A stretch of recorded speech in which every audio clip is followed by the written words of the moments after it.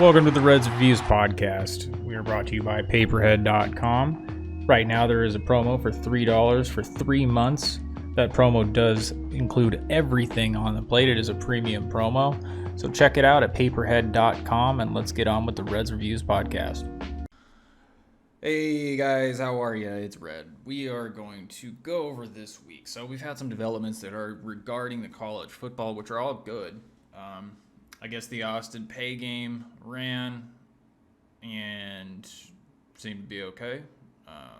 Didn't see anybody levitate from COVID or anything like that. So I feel like the things are starting to look up quite a bit as far as the reports coming out of what sports are going to do.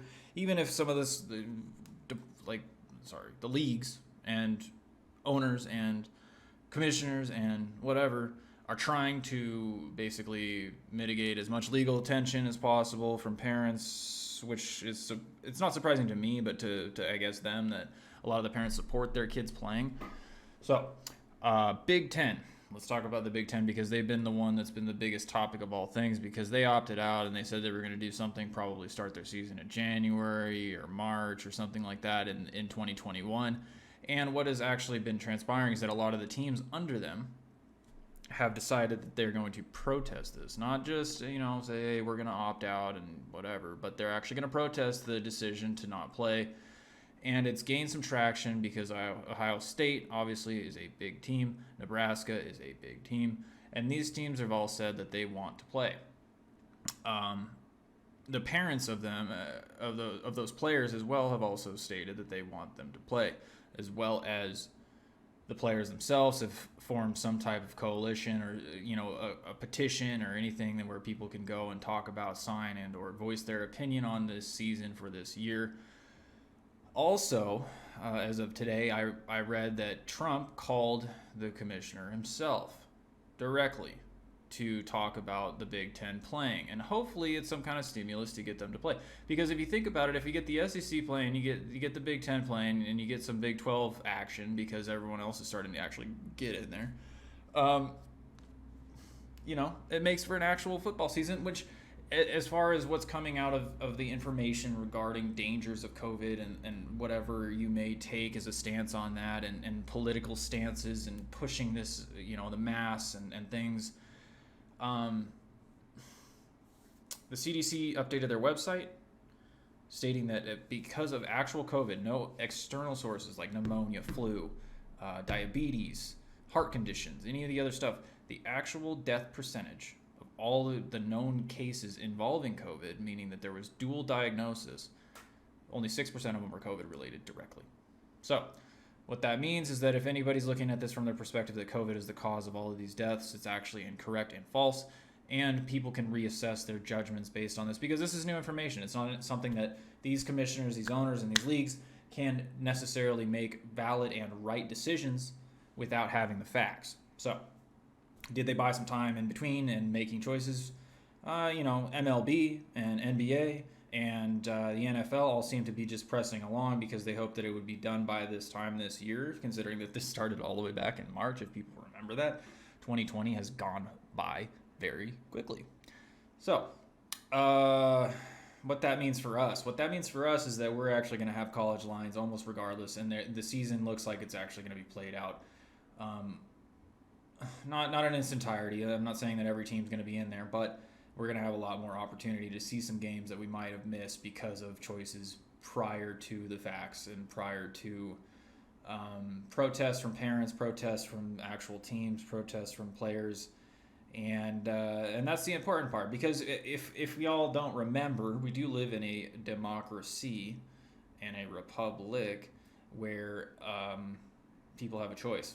So, as things progress, it means that we're going to have games, we're going to have lines, we're going to have live wagering, we're going to have all the things. I'm going to be able to put all this stuff out to my players, and I've actually been in contact with Paperhead, and they said that they're going to be doing some stuff trying to push specific event games, big games that are related to the football and NFL, the college football and NFL, excuse me. So what that means is that I will have higher volume days probably, considering the,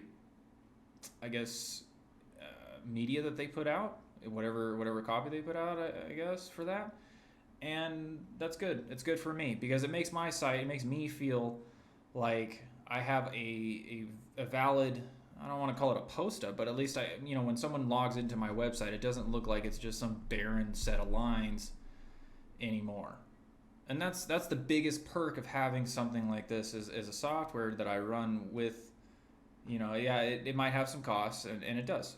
When you get past a certain point, when it's not 10, 15 guys anymore that you have logging in weekly, the weekly cost can be expensive if you have small players.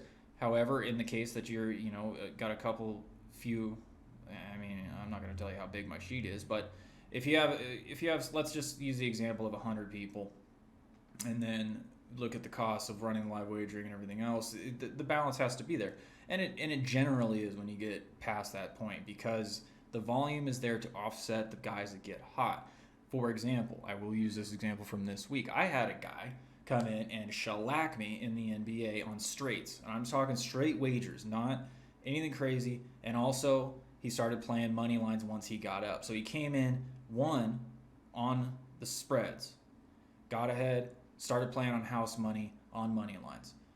And those are the types of guys, yes, they will actually eke out. Because if they can lay the wood, if they can lay the money on those money lines at minus 500, minus 600, so they're laying like 9,000 to win a couple grand, let's say, for example. What that does is it almost guarantees them a win, because it's like minus 10 or 12 or whatever on the spread, but they end up getting that 2 G's out of risk in the case there's an upset. And that is the beauty of college football and college basketball and NBA in a lot of cases. You look at what just happened with Miami. You look at what happened with every other, like for example, when LSU came in and beat Bama. This was years ago, right? When they had the fluke kick. Yeah. Upset. So you take that for example, and this guy came in and just wiped me. So what that means is, will I feel like I didn't make as much? Yeah, for this week. But because I have the volume and I have the players and I have the things going on and everything else that's balancing this sheet out, making it so that I have a protective income outside of the ones where I have to pay out. And that's the goal. So if you offer everything like they give me right now, and the poker and live dealer and everything else has sustained me through this. It's not just that. It's not just that it sustained me through this. It also adds a layer of protection on the weeks such as this when I get shellacked. So it's all good. I have really a lot more positivity going into how this was going to play out, because a couple of weeks ago, 3 weeks ago, you saw some NFL players start opting out. You saw some college football players opting out. There's a guy that just opted out from LSU, he's one of the receivers. He's one of the stars and all that. That's supposed to be a future draft pick. But that's why he's opting out. It's not because he's scared of COVID. He's opting out because they're not looking at playing the same schedule and his draft currency, right? Because these players are currency, essentially, when it comes to their value. Is going to be diminished because of 2020. So he's like, you know what, I'm going to drop out and see if the NFL will pick me up this year. And if you're playing in the college, apparently there's some kind of NCAA rule that says you can't get drafted while you're in there until after the season's over, and then they go through the NFL Combine and yada, yada, yada, right? So if he's available now to go through that, he might get picked up. And I support that idea, because you can't let something like this, a bunch of people who've never touched a football, they sit behind a desk, they make these choices to go out there and say, you know what, you guys can't play because it's dangerous for our bank account, actually, because of lawsuits. It takes away their opportunity to become a pro athlete and then be, the LeBron James of the NFL or whoever, I mean, you think about the guys like that came in and would be missed. Like, what if Brady was a part of this year, for example? Or what if Drew Brees was a part of this year? Or Hunter Henry? Or A.J. Green? Or, all these different things where they're telling these guys they can't play. They might miss that opportunity and never even get known. They'd be working at Kinko's or Office, Max, whatever. It's just, there's been 100 years of development for this system for these players to become what they are, and the chances are very slim that they will end up being a pro. But man, as far as being available for that system to be functional, we can't mitigate the risk. They have way more risk going out there on the field by themselves without having this COVID issue be a thing because of injury. I mean, it's crazy the stats on actual injuries versus what could possibly happen if they got sick.